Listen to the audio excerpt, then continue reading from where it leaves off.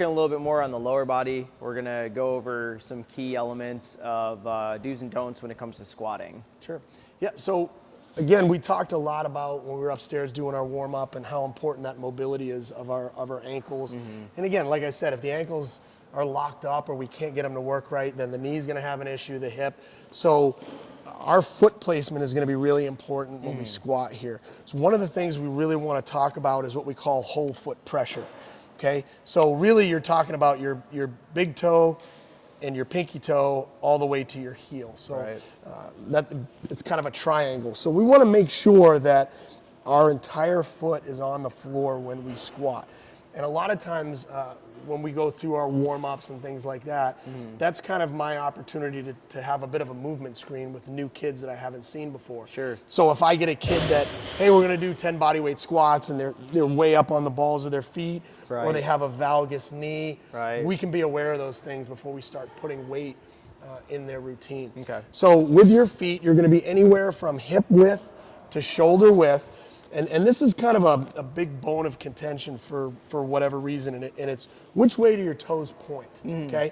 So what we wanna do is we wanna have our toes pointed out slightly. Yep. And the reason that we're gonna do that is that's gonna allow us to move that big thigh bone, that femur, rotate it out a little bit to allow our pelvis to sit down as deep as we can, right? We wanna sit as deep as we can, maintaining that vertical torso. Right. And some people are really good at it. Like when you see them, they could literally be toes straight ahead. But for me, if I go to sit, that femur just blocks me. It does not allow me to sit any deeper. I'm the same way. Yeah. So all I'm gonna do is turn my toes out slightly. Okay, we're gonna initiate it with that hip hinge that we talked about. Yep. And then I'm gonna push my knees out in the direction that my toes point, allowing me to get that pelvis down. Okay, so I would maybe even, for you, I would push your knees out a little more. Your feet are fine, just push your knees out more. There you go, good. Just like that, great. And what we look for in a squat is what we consider a full squat, is below parallel. What we mean by below parallel is that your hip is gonna be below your knee. Right. Minimum depth we look for is gonna be hip even with our knee. So if you go ahead and squat all the way down, right, so that's ideal what we would look for. And right about, come up a little bit, come up, nope, stand up a little bit. Oh, there you go, up a little higher. Okay, right about there, that's what we would call minimum, okay, and you can stand up. But if we have a kid that's gonna flex his spine to try to get to that, then we know we have other things going on, so we're gonna move them off of there and maybe work on some different things. Yeah. Look at mobility, look at all that thing, but again, it's a skill like anything else, we have to learn how to do it. Definitely. Okay, so now we talked about our feet, we talked about what our knees do. Yeah. To initiate that squat is the hip hinge.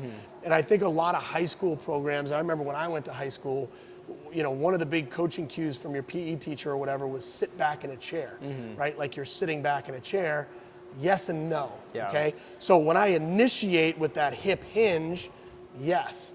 If I continue to sit back, my shoulders are gonna go forward, the weight's gonna go forward, I'm now putting a ton of stress on my back, and odds are I'm gonna probably wipe out, right? Which I don't wanna do.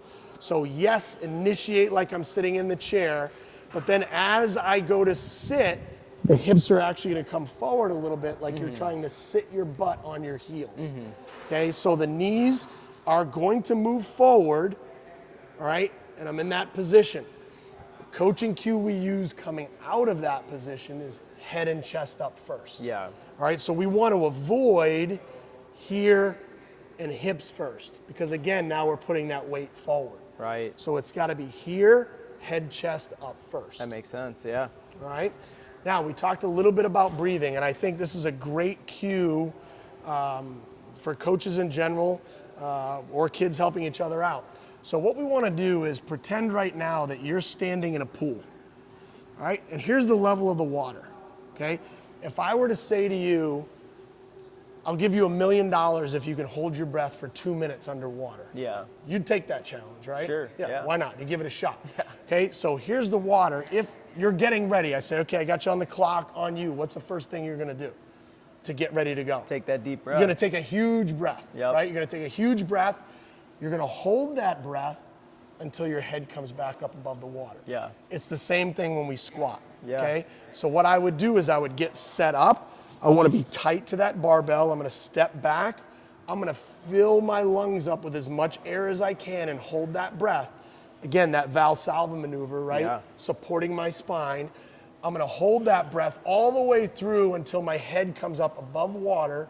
Then I can breathe out. Yeah, that makes sense. Okay, so we get kids after a while when you get used to it, you can hold your breath for more than 1 rep. I wouldn't say 10. For sure. But you might hold your breath for 3 reps, then breathe it out. Yeah. Breathe in again, get that tight midsection, Yep. and do however many reps you're gonna do after that. Yeah. All right, so if I was setting you up for a back squat, I'd have you go ahead and we do what's called a high bar. Okay, so that bar is gonna be up a little higher. Powerlifting a lot, you talk about, they use a lot of low bar. The reason we don't use low bar is it puts a little bit more stress on your shoulder. Yeah. And we like to try to activate as much of that. I call it, you've heard core, midsection, I call it the cage. We want to activate as much cage as possible. Yeah. So what I'm going to have you do is go ahead and get under the bar. Okay, so we're in that nice high bar, and it's real important that I'm set up nice and tight before I even come out of there. Yep. I'm going to stand up. I'm literally just going to take 2 steps backwards. Okay, good. So going through our checklist, what are my feet doing? Okay, my feet have whole foot pressure, toes are slightly out, I'm nice and tall, my head stays stacked on my shoulders, nice and neutral. Okay, so the first thing I'm going to do, I'm gonna get ready to go underwater. So I'm gonna fill my lungs with as much air as I can. Okay, then I'm gonna hip hinge, push my knees out, drive right up out of the bottom, then you can breathe out. We don't go back down until we breathe back in. Drive right up out of the bottom, just like that. Awesome.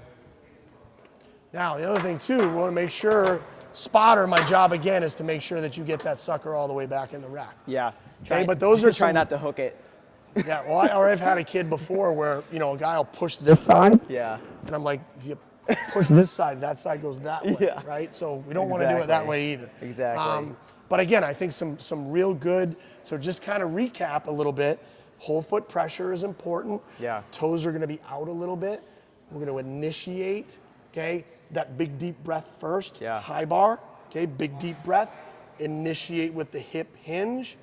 Knees go out. Keep that torso nice and vertical. And then when you drive out of the bottom, it's head and chest up first. And I think that's a key thing that you just said there, drive out of the bottom. Don't just, we're not just going through the motion here. We want to apply force into the ground, and we want to push and go somewhere. Yep, no matter, with our athletes here, no matter what the weight is, we look for speed, and speed's relative, right? If I put 95% of your 1 rep max, I can still move it fast, but it's relative to the weight that I have on the bar. Yep. So it's that intent, right? That neurological intent to always move the weight fast. Yeah. Jason, thanks again for your time, for the awesome advice for these guys. I think you gave a ton of coaching points and tips that they can follow at home. And we appreciate your time. Thank you for having us here today. Hey, thanks, Josh. I really appreciate you guys coming, and start training, no doubt. No doubt. Oh, get out of here. I love it.